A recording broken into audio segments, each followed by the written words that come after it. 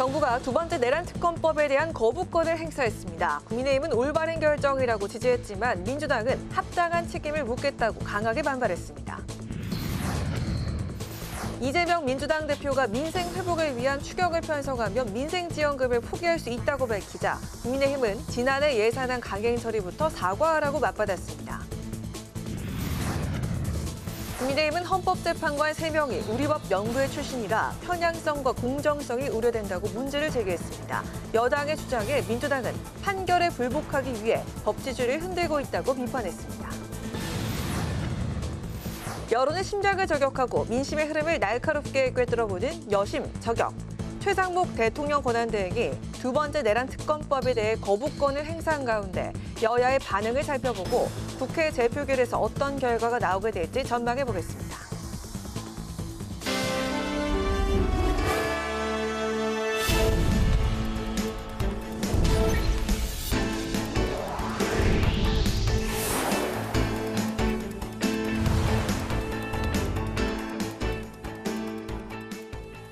여러분 안녕하십니까? 1월 31일 금요일 국회 라이브 6 시작하겠습니다.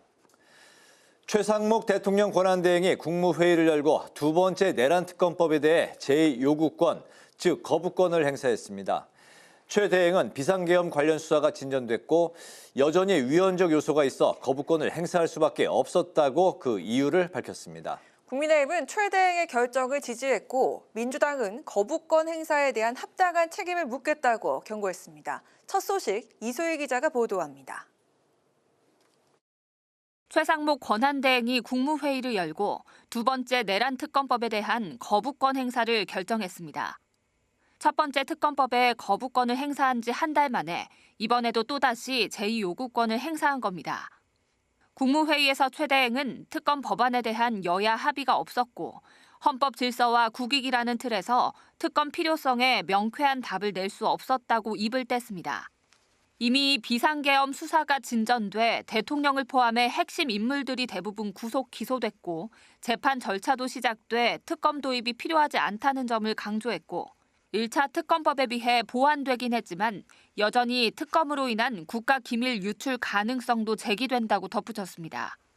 여야는 거부권 행사가 발표되기 전부터 치열한 공방을 벌였습니다. 100일 동안 112억 원이나 들여서 특검을 해서 무엇을 더 밝혀냈겠다는 것인지 참으로 이해하기 어렵습니다. 결국 조기 대선을 위한 내란 특검 쇼를 하겠다는 것으로서 이야말로 역대급 국력 낭비가 아닐 수 없습니다. 내란 특검법 공포는 나라를 정상화하고 다시 도약하기 위한 첫 걸음입니다. 내란 특검법은 더 이상 거부해서도 안 되고 더 이상 거부할 수도 없는 국민의 추상 같은 명령입니다. 특검에 대한 거부권 행사가 결정되자마자 야당의 격한 반응이 거듭 터져나왔습니다. 민주당은 최 대행이 내란 동조 세력임을 자인했다며 특검의 칼날이 본인을 겨눌까 두려운 것 아니냐고 강하게 비판했습니다. 여당의 특검법을 그대로 반영했다고도 반박했습니다. 반면 국민의힘은 법치주의를 지키기 위한 올바른 결정이자 민주당의 정치적 목적을 저지하기 위한 결단이라며 최 대행을 지지했습니다. 두 번째 내란 특검법도 국회로 돌아오게 된 상황. 재표결 시 출석 의원 3분의 2 이상의 찬성이 필요한 만큼 여당의 이탈표에 다시 한번 관심이 쏠릴 것으로 보입니다. 국회 방송 이소희입니다. 더불어민주당이 민생지원금을 포기할 수도 있다며 추경 편성을 여당에 촉구했습니다. 국민의힘은 민주당이 예산안을 삭감하고 강행 처리한 것을 먼저 사과하라고 맞받았습니다. 김지수 기자입니다. 경기 활성화를 위한 추경을 편성해 전 국민에게 민생회복 지원금을 지급해야 한다고 주장해온 더불어민주당. 하지만 추경 편성을 위해서라면 민생회복 지원금을 포기할 수도 있다고 밝혔습니다. 정부나 여당이 민생지원금 때문에 추경 못하겠다 이런 태도라면 우리 민생지원금 포기하겠습니다. 효과만 있다면 민생지원금 아닌 다른 정책인들 무슨 상관이 있겠습니까? 특히 예산 조기 집행도 필요하지만 시기를 앞당기는 것이지 총 지출이 늘어나는 것은 아니라며 추경만이 민생경제의 심장을 살리는 길이라고 강조했습니다. 연금개혁도 조속히 추진해 2월 안에 보험료율과 소득 대체율을 조정하는 모수 개혁부터 매듭 짓자고 거듭 촉구했습니다. 국민의힘은 민주당의 제안과 주장에 적반하장이라는 입장입니다. 추경과 연금개혁 모두 여당이 반대하고 있다는 민주당의 주장은 허위사실 발표라고 반박했습니다. 국민의힘은 추경 요인이 있을 때 여야정 협의를 통해 추진하자는 입장이었고, 연금개혁은 오히려 시종일관 조속한 협의를 요구해 왔습니다. 특히 민주당이 추경을 주장하려면 지난해 말 예산안을 일방적으로 삭감하고 강행 처리한 것에 대해 사과부터 먼저 해야 한다고 촉구했습니다. 연금개혁도 지난해 9월 정부가 연금개혁안을 발표한 이후 국회 연금개혁 특위를 구성하자고 수차례 제안한 바 있다고 덧붙였습니다. 한편 민생 경제를 살리기 위해 민주당은 지역화폐 발행을, 그리고 국민의힘은 국가 미래 먹거리 4법을 강조했습니다. 이재명 대표는 설 명절 전후로 민주당이 주도한 지자체의 지역화폐 발행이 경제에 활력을 불어넣었다고 주장했습니다. 특히 2조 원 정도의 지역화폐를 발행했는데 지역사회에서 큰 효과가 있었다는 보도가 이어지고 있다고 설명했습니다. 반면 국민의힘은 반도체 특별법을 포함한 미래 먹거리 4법을 2월 임시국회에서 반드시 처리해야 한다고 촉구했습니다. 그러면서 민주당이 탄핵이나 특검 같은 정쟁을 중단하고 민생을 활성화하기 위한 입법에 동참해 줄 것을 요청했습니다. 국회방송 김지수입니다.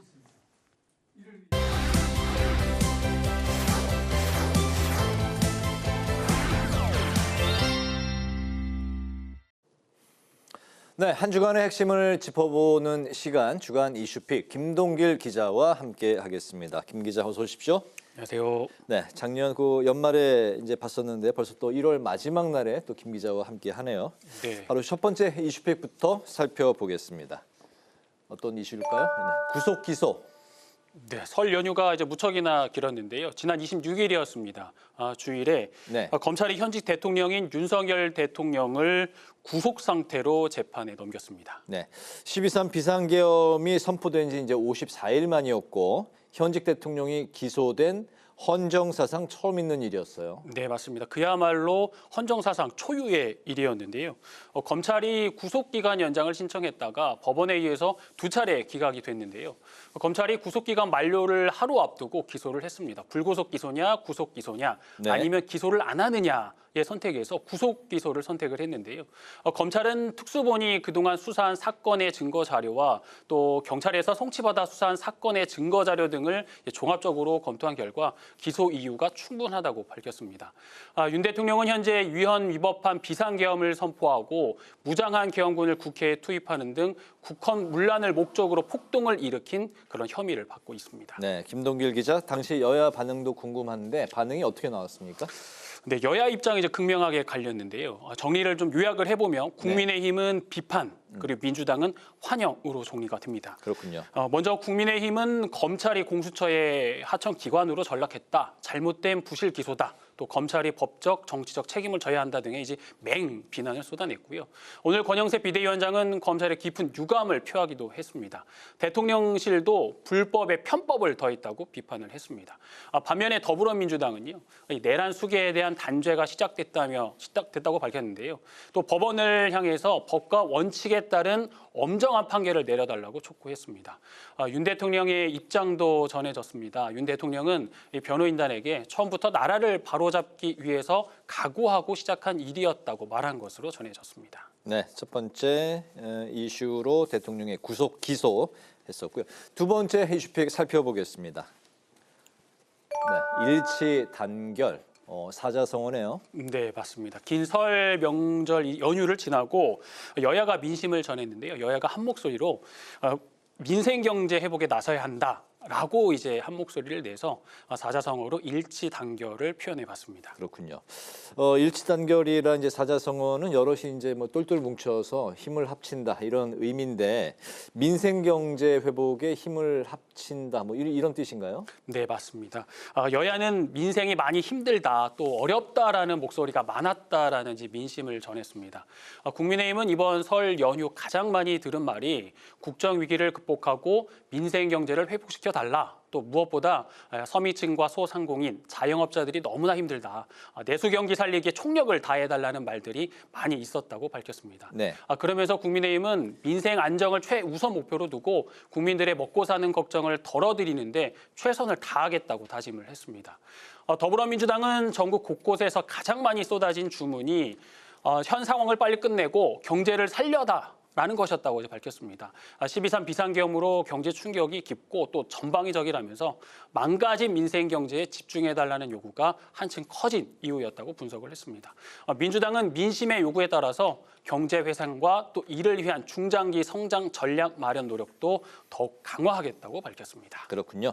세 번째 이슈픽 바로 살펴보도록 하겠습니다. 세 번째 이슈픽. 아전 인수. 역시 이제 두 번째 계속해서 사자성어가 나오네요. 네, 오늘은 사자 토크처럼 제가 네 글자로 맞춰봤는데, 네. 그래서 세 번째는 사자성어로 또 한번 맞춰봤습니다. 아전 인수. 네. 설 민심에 여야가 전한 그 민심에 앞서서는 일치 단결이었지만 이번에는 좀 다른 민심을 정했거든요. 그래서 네. 그거를 한번 이제 아전 인수다라고 이제 표현을 해봤습니다. 아전 인수하면 이제 어떤 일을 이제 자기 쪽으로 좀 유리하게 해석한다 이런 뜻인데 일치 단결 좀 협동의 의미와는 좀 정반대되는 그런 의미인 것 같네요. 네, 민생이 어렵다는 데는 여야가 한 목소리를 냈지만 같은 민심의 목소리를 낸 거거든요. 근데 현 정치 상황에 대한 설 민심에 대해서는 여야가 좀 각각 다른 이 정반대 해석을 내놨습니다. 국민의힘 같은 경우는 이재명 대표의 독주를 저지해야 한다는 것이 설 민심이었다라고 말을 했고요. 또 특별히 권성동 원내대표가 설 연휴 마지막 날이었던 어제 기자간담회를 가졌는데요. 권 원내대표는 다수당의 입법 횡포로 국정을 마비시켜온 민주당 이재명 세력이 국가 권력을 완전히 장악하게 되면 끝없는 정치 보복 또 극심한 국론 분열로 나라가 벼랑으로 떨어지는 것이 아닌지 우려의 말들이 많이 있었다고 전했습니다.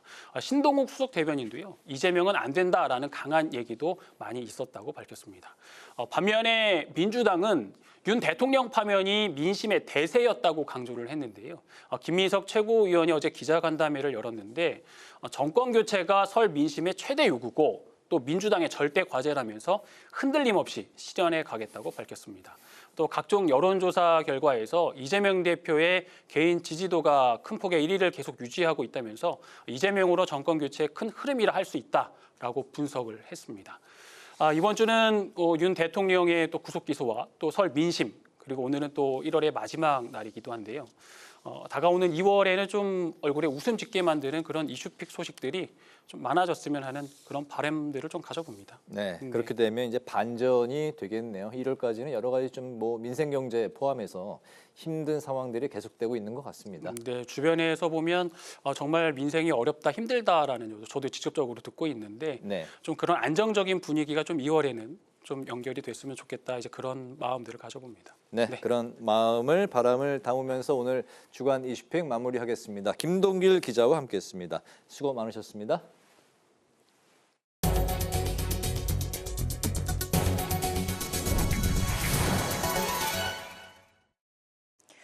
(2월) 임시국회가 다음 달 3일 오후 2시 개회식을 열고 본격적인 일정에 돌입합니다. 다음 달 10일과 11일에는 더불어민주당과 국민의힘이 각각 교섭단체 대표연설을 진행합니다. 그리고 12일부터 14일까지 사흘간 분야별 대정부 질문을 가질 예정입니다. 권영세 국민의힘 비대위원장이 헌법재판관 8명 가운데 3명이 진보 성향의 우리법 연구회 출신이고 특히 문영배 헌법재판소장 권한대행은 이재명 대표와 사적으로 친분이 있다면서 공정한 판단을 기대하기 어렵다고 주장했습니다.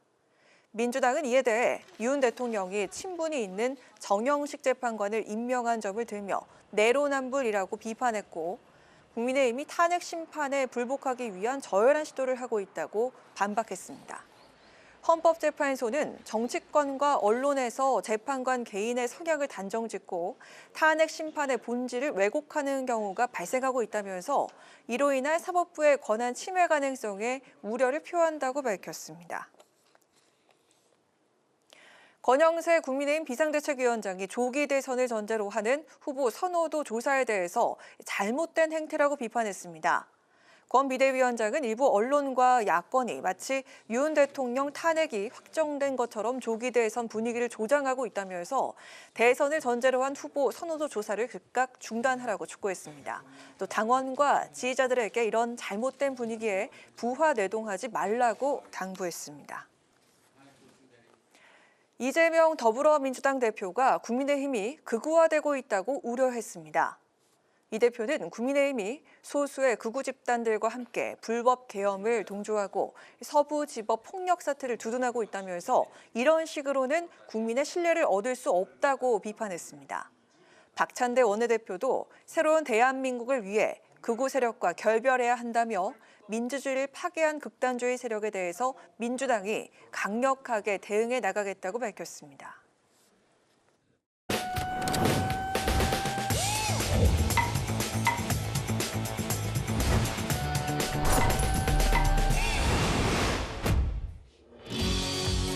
국회 속 다양한 이슈를 알기 쉽게 쏙쏙 뽑아 전해드리는 신동진의 국회 속.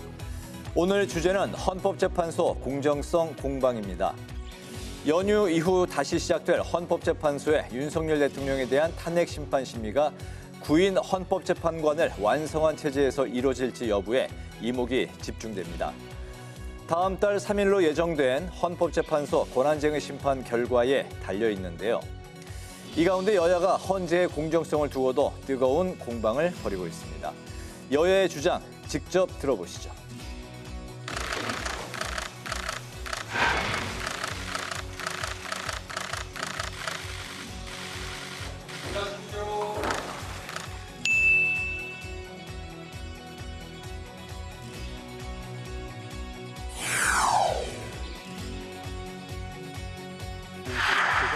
고려대학 통고 등 절차적 요건을 준수했는지. 헌법재판관들의 정치적 성향을 드러난 과거 행적들과 특정 정치 세력과의 특수관계 등이 속속 드러나면서 법치의 최후 보루라고 할 수 있는 헌법재판소를 국민들께서 믿지 못하게 되는 상황이 발생하고 있습니다. 더 나아가 헌재는 극단적 편향성으로 국회 합의가 불발된 마은혁 판사의 재판관 임명을 강요하려 하고 있습니다. 그렇지 않아도 편향된 재판관 구성에 우리 법 연구회 출신을 한 명 더 얹겠다는 생각입니다.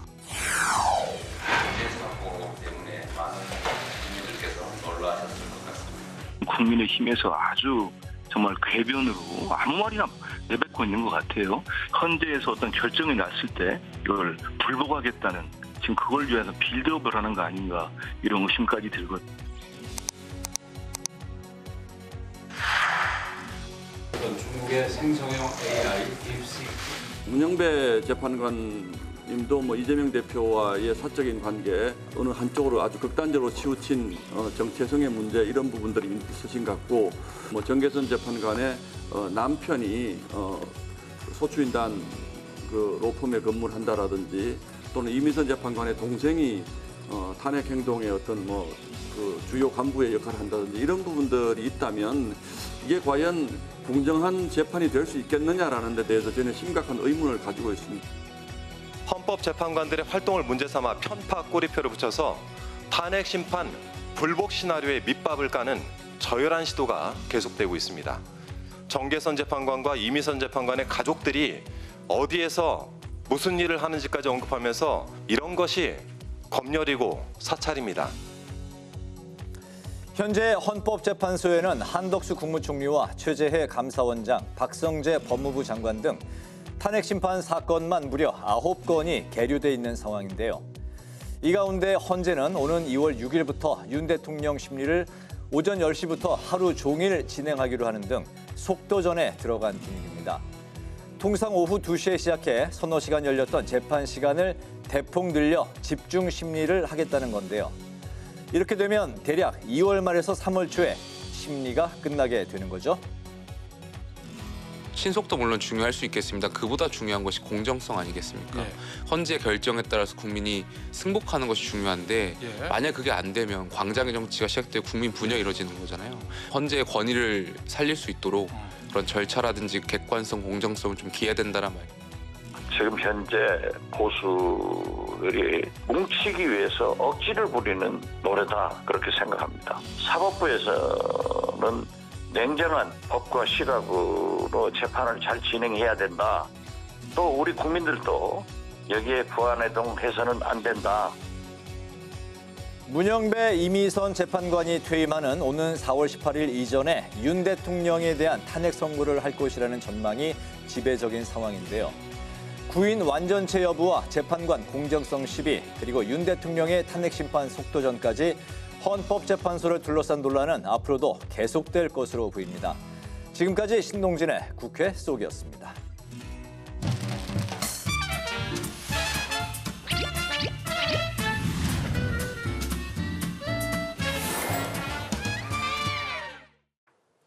네, 정치권 이슈와 정책 분석을 통해 여론의 심장을 저격하고 민심의 흐름을 날카롭게 꿰뚫어봅니다. 여심 저격, 김혜란 전 국민의힘 대변인, 정은혜 전 더불어민주당 의원 두 분 모셨습니다. 반갑습니다. 네, 설 연휴가 이렇게 지났습니다. 우리 김혜란 전 대변인, 정은혜 전 의원 이렇게 해해 콤비 이렇게 다시 만나게 됐는데 설 연휴 좀 잘 보내셨는지 궁금합니다. 어떻게 보내셨나요? 네, 연휴가 너무 길어가지고 네, 길었습니다. 네, 저는 또 이제 8살 된 딸 아이가 있어서 네, 아이 계속 보고 또 아이랑 같이 좀 여행도 다니고 네, 그런 시간을 보냈습니다. 아, 좋은 시간 보내셨군요. 어떻게 보냈습니까? 뭐 저도 가족들과 함께 보내고 네. 아무래도 국민 여러분께서는 좀 정치에 관심을 갖지 않기가 힘든 아마 맞습니다. 명절이었을 것 같습니다. TV만 틀면 이런 사건, 사고들 아니면 이슈들이 계속 나오기 때문에 네, 밥상머리에서 좀 정치 얘기가 많이 나왔을 것 같다 이런 말씀이시죠? 사실 정치의 역할은 국민들이 정치 얘기를 안 하게끔 그러니까 관심을 안 가져도 잘 굴러가게 하는 게 정치의 역할일 텐데 네, 지금 현재 그러지는 못하고 있는 상황인 것 같습니다. 네, 지금 설 연휴 민심 좀 어떻게 보십니까? 네, 이제 저도 뭐 지역의 시장도 방문을 하고 이번 연휴 동안에 그래서 어르신들도 뵀는데 왜 아직도 안 끝나냐. 그러니까 어르신들 생각에는 이제 탄핵이나 이런 절차들이 너무나 당연히 돼야 하는 것이 아닌가라고 생각하시는 분들이 좀 많았던 것 같습니다. 그러면서 이렇게 좀 늦어지고 있는 것이냐, 약간 좀 더 불안해하시는 분들도 계셨고요. 그리고 또 사실 설 그 명절에도 또 항공기 사고가 있었죠. 그렇습니다. 그래서 굉장히 좀 불안하고 이런 부분들도 많이 있으신 것 같습니다. 안전 부분과 관련해서도요. 네, 오늘 1월의 마지막 날인데요. 우리 김은혜 그리고 김혜란, 정은혜 두 분 이름처럼 해해 웃는 좋은 소식들 2월엔 참 만났으면 좋겠다라는 그런 생각이 듭니다. 자, 그럼 그동안 쌓여 있었던 이슈 오늘도 짚어보도록 하겠습니다. 자, 먼저 오늘 얘기입니다. 오늘 최상목 권한대행이 야당 주도로 통과된 내란 특검법에 대해서 거부권을 행사를 했습니다. 야당은 최 대행에게 합당한 책임을 묻겠다 이렇게 비판을 했고요. 여당 측에서는 윤 대통령이 구속 기소돼서 이미 특검에 실익이 없다면서 이건 당연한 결과였다 이렇게 반응을 했습니다. 오늘 이 최 대행의 결정이 적절했다고 보시는지 한번 우리 정은혜 전 의원부터 들어볼까요? 네, 지금 최 대행이 그 한 달 동안에 내란 특검법만 2번을 거부했고요. 전체 7번의 거부권을 행사했습니다. 한 달 동안입니다. 윤석열 대통령 같은 경우는 탄핵 전에 31개월 동안 26번의 거부권을 행사했습니다. 사실 윤석열 대통령보다 더 많은 거부권을 지금 한 달 사이에 오늘 뭐 기사에 청출어람이다 뭐 이런 표현도 있더라고요. 네, 맞습니다. 그렇게 행사를 하고 있는 상황인데 국회는 국민이 선출한 권력입니다. 그래서 국민이 선출한 권력이 어떤 통과한 법률안을 제시를 했을 때 그 부분에 있어서의 충분한 검토가 있지 않았다라는 생각이 들고요. 물론 여당과의 협력이 필요하다 이런 얘기를 계속 하셔서 이번 건 같은 경우에는 저희도 정말 여당의 의견을 많이 경청하고 그 부분에 있어서 법안을 냈던 것인데 이런 경우에도 특검법을 거부를 한다면 저는 두 가지를 묻고 싶은데 사실은 그 내란에 있어서 함께 동조했던 세력이 아닌가라는 합리적인 의심을 할 수밖에 없고 그리고 두 번째입니다. 만약에 나중에 헌재에서 결과가 인용이 되든 되지 않던 간에 관련된 그 이후의 수사와 기소가 얼마나 적극적으로 이루어질 수 있을지 그리고 지금의 증언과 진술, 수사 과정에서의 왜곡될 가능성도 있는데 이 부분을 특검을 통해 철저히 밝혀야 하는데 그렇지 못하고 있다라는 입장이고요. 국민의힘 측에서는 특검을 가지고 지금 비용 문제를 또 얘기를 하더라고요. 비용이 많이 든다. 네, 몇십억이 든다. 이런 식으로 얘기를 하면서 이건 낭비다라는 논리를 펼치고 있는데 이러한 내란은 다시는 일어나서는 되면 안 되는 것이고, 그리고 지금의 내란에 가담한 사람들을 철저하게 수사하고 그리고 다시는 일어나지 않도록 재발 방지를 하는 것이 저는 그 비용을 훨씬 넘어서는 우리 미래 세대에게 주어야 할 그런 당연한 의무이자 우리의 그 권리라고 생각합니다. 지금 야당 측에서는 이렇게 거부권을 행사하는 추회 대응을 향해서 사퇴를 촉구하고 탄핵 카드까지 꺼내 들었단 말이죠. 지금 어떻게 보십니까, 이 상황들? 네. 일단 저는 그 거부권 행사는 적절했다고 생각합니다. 아, 네. 네. 물론 그 지난번 특검에 비해서 위헌적인 요소가 많이 없어진 건 사실입니다. 네. 하지만 그 중간에 큰 중대한 사정 변경이 있었죠. 이건 윤 대통령에 대한 구속 기소가 이루어진 것입니다. 네. 대부분 지금, 핵심 인물들이 구속이 된 상황이잖아요. 그렇죠? 네. 그런데 지금 현재 대통령마저도 공수처의 수사를 거쳐서 검찰의 기소로 구속 기소가 되어 있는 상황에서 네. 도대체 내란 특검법 100일 동안 112억이나 들여서 도대체 수사의 대상이 무엇인지 묻고 싶습니다. 일단 구속 기소가 되고 난 이후에는 수사를 할 수가 없습니다. 아주 원칙적으로는 수사가 불가능한 거예요. 기소 후 수사라는 것은. 그렇기 때문에 지금 애초에 공수처가 기본적으로 그 검찰에 넘긴 이후에 검찰이 보완 수사를 하려고 했는데도 그것도 법원이 허락하지 않지 않았습니까? 네, 그러니까 검찰은 기소만 하라는 거예요. 그러니까 그 이후에 기소 이후에는 사실 수사가 원칙적으로 금지가 됩니다. 네, 그런 상황에서 이 지금 최상목 오늘 권한대행의 이야기를 한번 해보겠습니다. 특검이라는 거는 삼권 분립의 예외이니만큼 수사의 공정성, 객관성이 의심되는 경우에 보충적 예외적으로 도입되어야 한다. 현직 대통령을 포함해서 핵심 인물들, 군경의 핵심 인물들이 모두 구속 기소되어서 재판 절차가 시작되어 있다. 네. 그렇기 때문에 더 이상 특검의 필요성이 없다라고 해서 거부권을 행사를 했고, 그것은 특검의 기본적인 그 원칙상 그 보충성, 예외성이라는 것이 있습니다. 특검이라는 거는 뭐 이렇게 말했듯이 보충적으로 꼭 필요한 경우에만. 예. 그렇기 때문에 뭐 당연히 적절하다고 보이고, 또 만약에 특검을 계속 그 강행했을 경우에 이 예상되는 문제점은 일단 윤석열 대통령은 이미 수사를 거쳐서, 그러니까 이 법률상 현행법에 주어진 대로 공수처의 수사를 거치고 기소가 되었죠. 그런데 갑자기 우리가 특별한 어떤 수사기관을 새로 만들어서 윤석열 대통령에 대한 수사를 다시 하려고 한다든지 아니면 또 관련자에 대한 이 뭐 내란 공범 이런 혐의로 그냥 수사 대상을 무제한 확대해서 이 민지수사를 할 수 있게 되어 있습니다. 이렇게 한다는 것이 그 특검의 원래 취지랑 맞느냐? 그러면 아니라고 해야 될 것 같습니다. 네, 그렇기 때문에 만약에 이런 취지를 다 이 국민의힘 의원들도 다 알고 있기 때문에 재의결이 뭐 다시 시도됐을 경우에도 재의결이 뭐 통과될 확률은 없다고 보이고, 만약에 이제 거부권을 행사했다는 이유로 지금 만약에 최상목 권한대행에 대해서 탄핵을 협박한다, 이런 일은 있어서는 안 될 것 같습니다.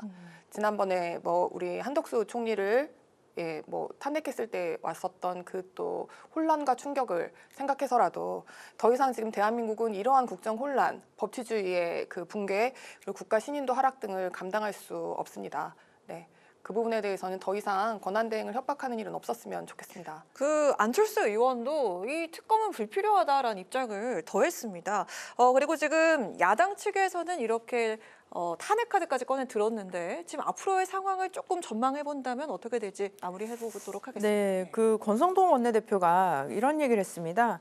윤석열 대통령의 기소로 특검의 필요성이 없어졌다.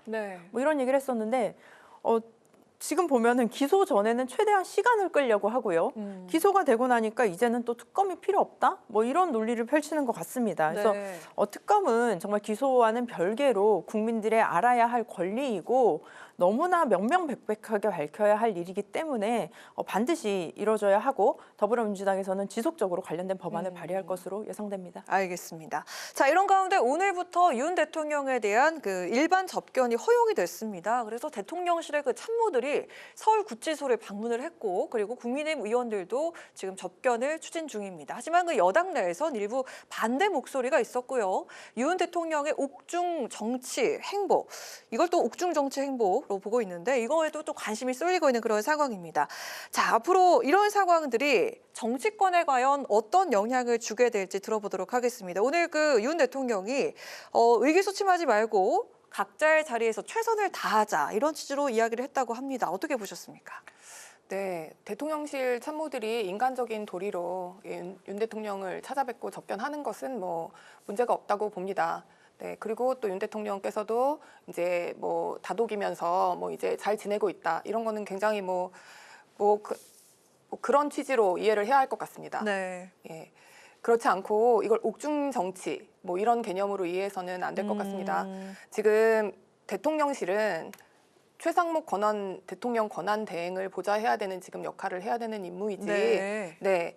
우리나라가 뭐 왕정 국가가 아닌 다음에야 사실은 뭐 법에 근거한 국정 운영을 해야 합니다. 지금 대통령실은 윤 대통령에 대한 그런 인간적인 관계에서 접근해서 네. 뭐 찾아뵙다고 생각하면 좋을 것 같고. 국민의힘 의원들이 지금 접견을 추진하고 있다고 하는데 이거는 괜찮을까요? 네, 그 부분도 그렇게 이해를 해야지. 만약에 대통령이 어떤 정치적인 사인을 주고 지시를 한다라는 취지로 받아들여지면 안 될 것 같습니다. 네, 그렇게 해서는 안 되죠. 그렇지만 이제 어떤 그 정치적으로 본인을 지지하는 어떤 지지세를 규합하는 의미라면은 효과가 있을 것 같고 지금 뭐 그것도 어쩌면 그건 유효할 수도 있습니다. 하지만 그 부분은 이제 지금 사법부에서 판단을 할 때에는 그 재판에는 그렇게 좋은 영향은 주지 못할 거라고 생각합니다. 네. 왜냐하면 헌법상 사법부의 독립이라는 것은 뭐 기타 입법권, 행정권으로부터의 독립도 있지만 기본적으로 언론이나 여론으로부터의 독립도 사법부의 독립이 엄격하게 유지가 되어야 합니다. 만약에 이 재판 헌법재판이라든지 아니면 이 내란죄 관련한 피의 사실에 대한 형사재판에 대해서 어떤 안 좋은 영향을 미치려는 의도로 보여질 경우에는 만약에 지지세를 규합하고 하는 것이 그럴 때에는 뭐 재판부에는 악영향을 줄 수가 있으니까 그 점에 좀 유의를 하면 좋을 것 같습니다. 네, 어떻게 보셨습니까? 네, 그 정치인의 말과 행동은 모두 다 메시지로 받아들일 수가 있습니다. 우리가 뭐 최고위원회나 이런 경우에도 막 의원들이 아니면 지도부들이 이렇게 귓속말을 하는 경우가 있습니다. 그렇죠. 네, 그것도 딱 카메라가 오는 순간을 포착해서 중요한 발언이 나오는 때쯤 해서 뭐 귓속말을 하는 제스처를 한다든지 아니면 약간 긴장된 상태에서 물을 마신다든지 이런 것들이 정치인들이 정말 계산을 안 하고 하는 행동일까요? 카메라가 다 앞에 있는데요. 네, 맞습니다. 다 계산된 행동이고 그렇다면 지금 윤석열 대통령이 계엄이라는 정말 무시무시한 행동을 하고 지금 구속이 되어 있는 상태입니다. 근데 접견을 간다? 이것이 인간적인 도리로 그냥 뭐 인간적인 관계로서만 이루어진다고 볼 수는 없을 것 같습니다. 아마 국민의힘 측 의원들이나 뭐 당협위원장들은 지금 많은 문자를 받고 있다고 합니다. 어떤 문자죠? 이제 강성 지지자 분들께서 이제 윤석열 대통령을 접견해라. 그래야 당신이 3년 뒤에 우리가 국회의원 총선거를 할 때에 그래야 뽑아준다. 이런 네, 식으로. 그때 갔다 왔는지 안 갔다 왔는지를 가지고 그 분별을 하겠다는 거죠. 판단을 하겠다는 거죠. 그런 지지자들의 요구가 있는데 아마도 그런 지지자분들은 굉장히 일부일 것이고 좀 저는 극성 지지자일 거라고 판단이 됩니다. 그럼에도 불구하고 국민의힘이 그럴 수밖에 없는 이유는 지금 국민의힘이 당선된 지역구를 살펴보면 더 명명백백히 알 수 있을 겁니다. 지금 주로 이제 뭐 강남이라든지 아니면 경상도 지역이나 어떤 특정한 국민의힘의 우세 지역에서 당선된 의원의 수가 많기 때문에 중도층이라든지 더불어민주당의 지지자들이 많은 지역에서는 사실은 이번엔 당선이 되지 못했죠. 그렇다 보면 그런 연락을 받았을 때에 그런 움직임을 할 수밖에 없는 상황일 수 있겠지만 적어도 저는 한 사람의 그 입법기관으로서의 국회의원들에게는 정말 묻고 싶습니다. 지금 국민의힘 의원들이 계엄 해제에서는 어느 정도 역할을 한 분들도 계시지만 탄핵과 체포, 구속에서는 아무런 역할도 하지 못했습니다. 12.3 계엄이 전 국민이 보는 상황 속에서 진행이 되었고 국민들의 눈을 가릴 수는 없을 겁니다. 이런 상황에서 접견을 하고 대통령을 만난다는 것이 아마도 국민들이 보기에 굉장히 부정적으로 보여질 것이고 다음 선거에도 저는 분명히 긍정적인 영향을 주진 못할 거라고 생각합니다. 네, 우리 김혜란 전 대변인이 짧게 반박 한번 할 수 있는 기회 드리겠습니다. 네, 뭐 이렇게 해석될까봐 이제 뭐 이런 옥중 정치다 이런 식의 확대 해석은 좀 안 했으면 좋겠다라는 취지를 밝힌 겁니다. 네, 알겠습니다. 아마 그런 취지는 없을 겁니다. 네, 알겠습니다.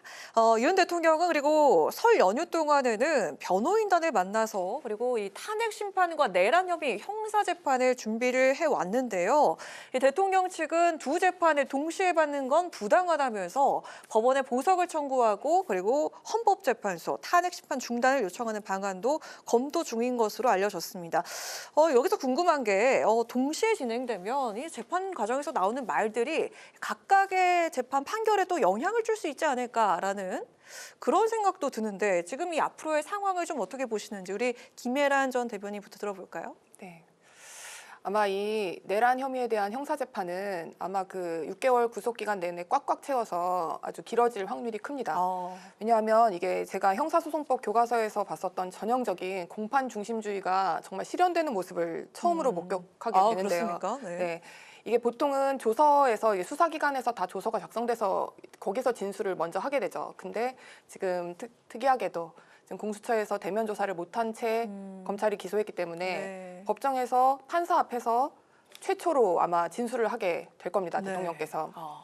그러면서 아마 이제 지금 대부분의 피의 사실을 부인할 거기 때문에 증거에 대해서도 전부 부동의하겠죠. 그렇다는 이야기는 이미 수사기관에서 진술된 여러 진술조서들이 제출되었을 때 그 진술인들을 다 증인으로 불러서 공판정에서 반대 신문권을 행사하겠다는 이야기입니다. 그렇군요. 네. 그러면 아마 지금 이게 관련자들이 굉장히 많은데 그 지금 공범으로 지금 조사받고 기소돼 있는 모든 사람들이 다 형사 절차에서는 증거로 쓰기 위해서는 와서 다 직접 진술을 하고 또 거기에 대한 공방, 사실 여부가 확정되기 위해서 공격과 방어가 계속 이제 왔다 갔다 검찰과 그 피고인 측이 할 거기 때문에 굉장히 오래 걸릴 확률이 큽니다. 왜냐하면 형사소송이라는 거는 또 다른 절차와는 달리 엄격한 증명을 필요로 하기 때문에 증거를 써서 유죄를 하기 위해서는 굉장히 길고 아주 뭐 엄격한 절차로 진행될 것으로 생각이 됩니다. 그렇기 때문에 지금 아마 뭐 심판 절차 정지를 청구하겠다 지금 하고 있지 않습니까? 그렇습니다. 이게 이제 헌법재판소법 51조에 의하면 동일한 사건으로 형사재판을 받고 있을 때에는 헌법재판을 심판 절차를 멈출 수 있다, 정지할 수 있다라는 규정이 있습니다. 이제 정지할 수 있다라고 되어 있어서 재량 규정이어서 사실은 강제되고 있지 않고 그 재판관들의 그 재량에 맡겨져 있습니다. 그런데 한번 그 재판관들의 의사를 추정해 보자면 지금 이 헌법재판 그 심판이 개시될 당시부터도 이것은 형사소송과는 다르고 그런 엄격한 증명 절차, 형사소송과는 다르기 때문에 뭐 그렇게 그 원칙을 먼저 강조한 적도 있었고 지금 변론 기일, 심판 기일을 8차까지 정해놓은 상태입니다.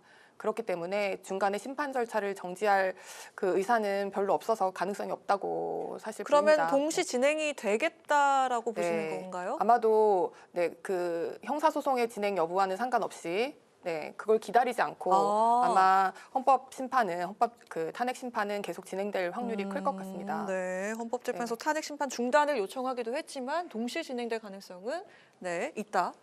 높다라고 보시는 거죠? 그 가능성이 더 높을 것 같습니다. 네, 알겠습니다. 자, 앞으로 상황 좀 전망해 볼까요? 우리 정은혜 의원님. 당연히 동시에 진행이 돼야 되는 것이 맞고요. 탄핵과 관련된 것은 탄핵 심판이 진행을 하는 것이고 그리고 지금 우리가 내란으로 의심되는 그 모든 행위들에 대해서는 또 형사 재판이 저는 필요하다라고 보여집니다. 지금도 계속되는 이 증언들이 나오고 있습니다. 그 이상민 전 행안부 장관이 그런 얘기를 했죠. 그 국무위원들의 반대가 있었다. 계엄령 당시에. 그리고 윤석열 대통령이 22시에 생방송을 이유로 빠져나갔었다. 이런 진술을 했었고 한덕수 국무총리도 대통령은 처음부터 국무회의를 생각하지 않았다라는 그런 말을 했는데 이런 진술들이 지금 계속 나오고 있습니다. 새로운 것들이 나오고 있고 얼마 전에 우리가 얘기했던 국회의원이 아니라 국회요원을 끌어내라라고 했다는 그 말이 굉장히 요원이라고 지금 하더라고요. 그래서 지금 국민 여러분들도 많은 패러디를 하고 국회의원들도 본인이 이제 요원 복장을 하고 이제 SNS에 사진을 찍어 올리기도 했는데요. 근데 지금 나온 증거가 뭡니까? 현장 지휘관들의 통화 녹취 파일이 80여 건이 나왔습니다. 그러면서 의결을 하려 하니 문을 부숴서라도 끌어내라.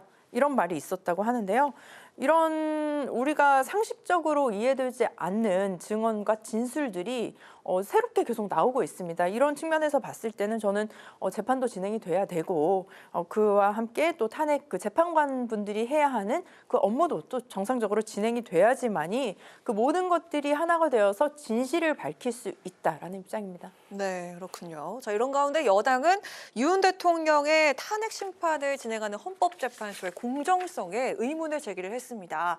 헌법재판관 8명 중에 3명이 우리 법 연구회 출신인데다가 없다. 문영배 재판관은 이재명 대표와 사적인 친분이 있는 등 공정한 판단을 기대하기 어렵다. 이렇게 밝혔습니다. 이 야당은 탄핵에 불복할 의도다. 이렇게 맞서고 있는데 자 지금 양측의 주장이 팽팽한 그런 상황입니다. 일단 이 재판관 3명이 좀 편향적이다라는 주장 이거 좀 동의하십니까?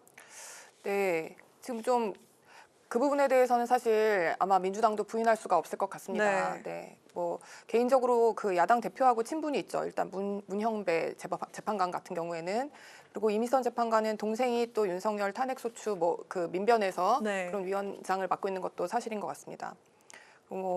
지금 정계선 그 재판관 같은 경우에는 인사청문회 절차에서도 그 남편이 지금 국회 측 그 탄핵소추단에 있는 그 변호사와 이제 같은 직장에서 근무한다는 것이 뭐 질문으로도 나왔었습니다. 근데 제가 기본적으로 말씀드리고 싶은 것은 헌법재판소는 원래 정치적인 사법기관입니다. 단심으로 끝나고 헌법에 대한 판단을 하게 되어 있죠. 헌법이라는 것은 한 국가의 체제에 대한 어떤 정치적인 결단입니다. 그렇기 때문에 헌법 재판을 하기 위해서 정치적인 판단을 안 할 수는 없기 때문에 애초에 헌법이 예정하고 있는 것입니다. 대통령이 3명, 국회에서 3명, 그리고 대법원장이 3명씩 임명하게 되어 있는 것도 그러한 이유입니다. 그렇군요. 그 균형이 깨지지 않게 하기 위해서. 지금 국민의힘 입장에서 가장 뼈아픈 것은 지금 몇몇 재판관, 지금 말하자면 문재인 대통령이 추천했던 아니면 국회에서 야당 몫으로 추천된 재판관들이 뭐 좌편향이다. 이것을 문제 삼는 것도 중요하겠지만 그 가장 근본적으로는 지금 4월 18일이면 문재인 대통령이 임명했던 재판관 2명이 임기가 만료되어서 떠납니다. 그러면 우리 윤석열 대통령께서 그냥 임명할 수 있는 2명의 재판관이 원래 있어야 되는 거죠. 지금 그렇다면 우리가 지금 우리 당 입장에서는 좌편향되어 있는 헌법재판소를 다시 균형을 맞출 수 있는 절호의 기회였는데 지금 그걸 잃고 지금 피심판인이 되어서 지금 재판을 받고 있는 지금 상황이 된 것입니다.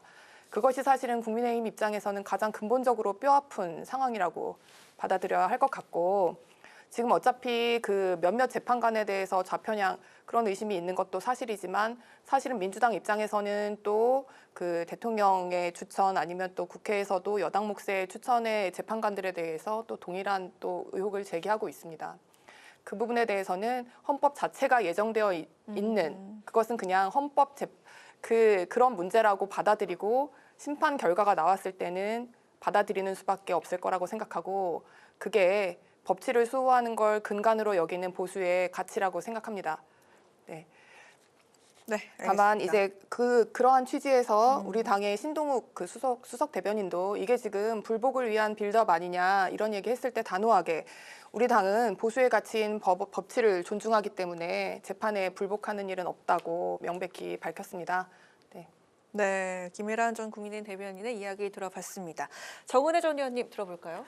네, 지금 너무나 많은 유튜브나 이렇게 SNS상에 가짜 뉴스들이 너무 많이 퍼지고 있습니다. 특히 뭐 좌편향 판사라고 해서 그 해당 판사들의 뭐 개인적인 신상이라든지 가족 관계까지 다 그렇게 유튜브에 또 털고 있더라고요. 그래서 이 부분에 대해서 저는 굉장히 좀 우려스러운 부분이 있습니다. 지금 헌법재판관 8명 중에 뭐 3명이 좌편향이다. 근데 사실은 뭐 과반수 이상이 되는 숫자도 아니고요. 그리고 김혜란 대변인님께서 말씀하셨듯이 대통령, 대법원장 그리고 국회가 추천한 333의 원칙으로 인해서 선출되신 분들이기 때문에 그 부분에 대해서 저는 의심을 하는 것이 옳지 않다라는 입장입니다. 오히려 이렇게 지금 이런 논리로 펼쳐진다면 지금 8명의 헌법재판관 중에 7명이 윤석열 대통령이 졸업한 서울대 졸업생이라고 하더라고요. 그렇다면은 누구의 편을 들 가능성이 많겠느냐라는 입장을 이제 더불어민주당에서는 펼치기도 합니다. 중요한 것은 헌법재판관들은 사실과 법리에 의해서 판단을 할 것이고 오히려 이렇게 좌편향 판사를 주장하는 사람들은 인용의 가능성을 너무 높게 본 것이 아닌가. 그렇기 때문에 헌재의 결정이 났을 때에 그것을 부정하기 위해서 필드업을 하고 생트집을 잡는 것이 아닌가라는 생각이 듭니다. 네, 그리고 자, 오늘 마지막으로 이야기 나눠볼 주제는요. 민주당 측의 이야기가 되겠습니다. 친명과 비명 갈등이 또 재점화되고 있는 그런 분위기인데 이재명 대표가 어제 문재인 전 대통령을 만나서 통합의 행보를 강조를 했습니다. 하지만 지금 이 친명계와 비명계 간의 갈등이 사그라지지 않고 있는 그런 모습인데 김경수 전 지사에 이어서 박용진 전 의원도 이재명 대표 일극체제를 비판을 했고요. 그리고 이 대표의 선거법 2심 선고는 이르면 3월 중에 나올 예정입니다. 자, 먼저 우리 정은혜 전 의원께 여쭙도록 하겠습니다. 지금 전 의원께서는 이 상황을 좀 어떻게 보고 계십니까? 네, 지금 뭐 이재명 대표의 일극체제다 뭐 이런 비판들이 있긴 하지만 오히려 이런 건강한 토론이 있다는 것 자체가 저는 일극체제가 아니다. 건강한 토론이다. 네, 맞습니다. 네. 당연히 당내에서는 다양한 목소리가 존재할 것이고요. 하지만 저는 조금 우려스러운 것은 아직 탄핵 심판의 결과가 나오지 않았습니다. 그리고 뭐 대통령 경선 기간에 뭐 이런 문제가 나타났다고 한다면 네. 좀 가능하겠지만 아직까지는 우리가 당이 하나로 똘똘 뭉쳐서 윤석열 대통령이 탄핵이 되고 그 이후에 논의를 해야 될 것이다라는 생각이 들고요. 네. 그 문재인 대통령 같은 경우도 그 통합하는 행보를 이재명 대표가 아주 잘 보여주고 있다라고 아예 말씀을 하셨습니다. 그런 측면에서 봤을 때에 앞으로 이재명 당대표가 본인이 굉장히 오랜 시간 고수하고 있던 민생 정책이라든지 이런 부분들도 지금 또 성장 위주의 정책과 또 이렇게 변경하는 부분들도 있지 않겠습니까? 그렇다면 당내의 다양한 세력들과 논의하고 토론하고 또 발전해서 하나가 되어서 정말 똘똘 뭉쳐서 정권 교체를 이루는 데에 함께 힘이 보탤 수 있는 분들이기 때문에 모두가 지금 그 비판의 말씀을 하셨던 분들 저는 다 한 분 한 분이 소중한 분들이고 다 각자의 역할을 하실 수 있는 분들이라고 생각합니다. 네, 그 이재명 대표가 비명계에서 계속 이렇게 나오고 있는 비판에 대해서 자유로운 의사 좀 존중한다 이런 식으로 의사표현 존중한다 이렇게 나왔는데 앞으로 비명계가 그럼 더 뭐 비판을 하거나 목소리를 낼 가능성이 있다고 보십니까? 그러니까 당내에서의 그런 합리적인 비판은 저는 충분히 가능하다고 보여지고요. 그렇게 됐을 때에 오히려 더불어민주당이 우리 기존의 지지 세력뿐만 아니라 중도 세력까지도 다 포함할 수 있는 그런 건강한 정당이 될 수 있을 거라고 봅니다. 네, 알겠습니다. 지금 민주당 측의 상황, 밖에서 봤을 때는 어떨지 한번 들어볼까요? 네. 여태까지 조용히 있었던 비명계가 목소리를 낼 수 있는 것은 지금 이 탄핵 정국에서 우리 당의 어쩌면 뭐 지지율이 지금 뭐 뒤집어진 결과도 막 나오고 네, 그렇죠. 또 이재명 대표의 지지율은 또 30% 박스권에 지금 갇혀 있는 상황. 네, 그것이 지금 촉발하지 않았을까 싶습니다. 그렇군요. 네, 지금 뭐 서울중앙지방법원 그 형사 뭐 재판부에서 아니죠, 지금 고등법원입니다. 네, 예, 그렇죠. 2심이기 때문에 서울 고등법원의 그 재판부에서 2월 26일에 결심을 할 것을 예고를 했습니다. 그 이야기는 26일에 공판이 결심이 되면 2주 후 내지는 4주 후면은 이제 판결이 나온다는 이야기입니다. 늦어도 뭐 3월 26일에는 판결이 선고가 나올 것이고 지금 아마 큰 확률로 이변이 없는 한 항소 기각이 나와서 1심이 유지되어서 당선 무효형이 나올 거라고 생각하는데 이때쯤 되면 아마 굉장히 이재명 대표에 대한 그 후보 교체론까지 나올 수 있을 정도로 크게 흔들릴 거라고 생각합니다. 네. 그렇지 않고서는 지금 지금 김경수 지사 어떻게 말했냐면요. 2022년 대선 이후에 지방선거와 총선 과정에서 치욕스러워하며 당을 떠난 분들에게 사과하고 기꺼이 돌아오라고 해야 한다. 네. 김경수 지사의 혼자만의 의견은 아닐 거라고 생각합니다. 친문의 적자라고 하시잖아요. 예, 문재인 대통령 뭐 좋게 통합이라고 말했지만 아마 우리 당과의 통합이 아니라 당내에 이제 반대되는 인사도 다 품으라는 취지일 건데 지금 아마 이재명 대표에게는 그러한 여유는 없을 것입니다. 왜냐하면 지금 이 2심 재판이 되어서 당선 무효형이 나오면 일단 당이 선거 비용을 434억을 토해내야 되는 당의 이러한 위기를 초래하고 또 지지율도 30% 박스권이어서 지금 이러한 상황에서 이 탄핵 정국에서도 이 탄핵으로 인한 조기 대선에서도 이길 가능성이 없다라고 하면서 그 비명계로부터 뭐 후보 교체론 이런 것들이 나왔을 때 그거 방어하기 아마 힘들 것 같고 그렇게 했을 때도 근데 사실 궁극적으로는 그래서 후보가 교체될 확률이 있느냐 하면 사실은 그러기에는 지금 당 자체가 일극체제가 되었죠. 그래서 흔들렸지만 이재명 대표가 2심 판결이 선고된 채로 대선에 출마하는 것 이것이 사실 저희 당에서는 베스트라고 보시죠.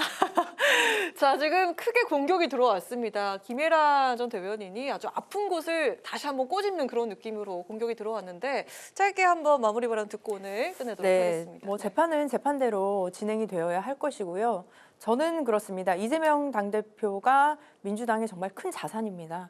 대통령감으로서의 전혀 손색도 없으시고 충분한 자질이 있으신 분이고요. 그 외에도 우리 당에는 너무나 많은 자산들이 있습니다. 그래서 그분들이 하나가 되어서 힘을 합쳤을 때만이 사실은 정권 교체가 이루어질 수 있다라고 보여지기 때문에 그 부분은 저는 이재명 대표도 분명히 알고 있을 거라고 생각합니다. 네, 오늘도 말씀 잘 들었습니다. 아니 오늘 빨간 옷을 입고 오셨는데 더 매운맛이 돼서 돌아오신 것 같습니다. 네. 어떻습니까? 네.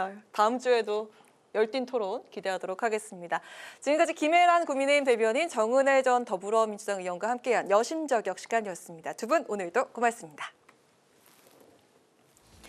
오늘 국회 라이브 6 여기까지입니다. 시청해주신 여러분 고맙습니다. 편안한 주말 보내십시오.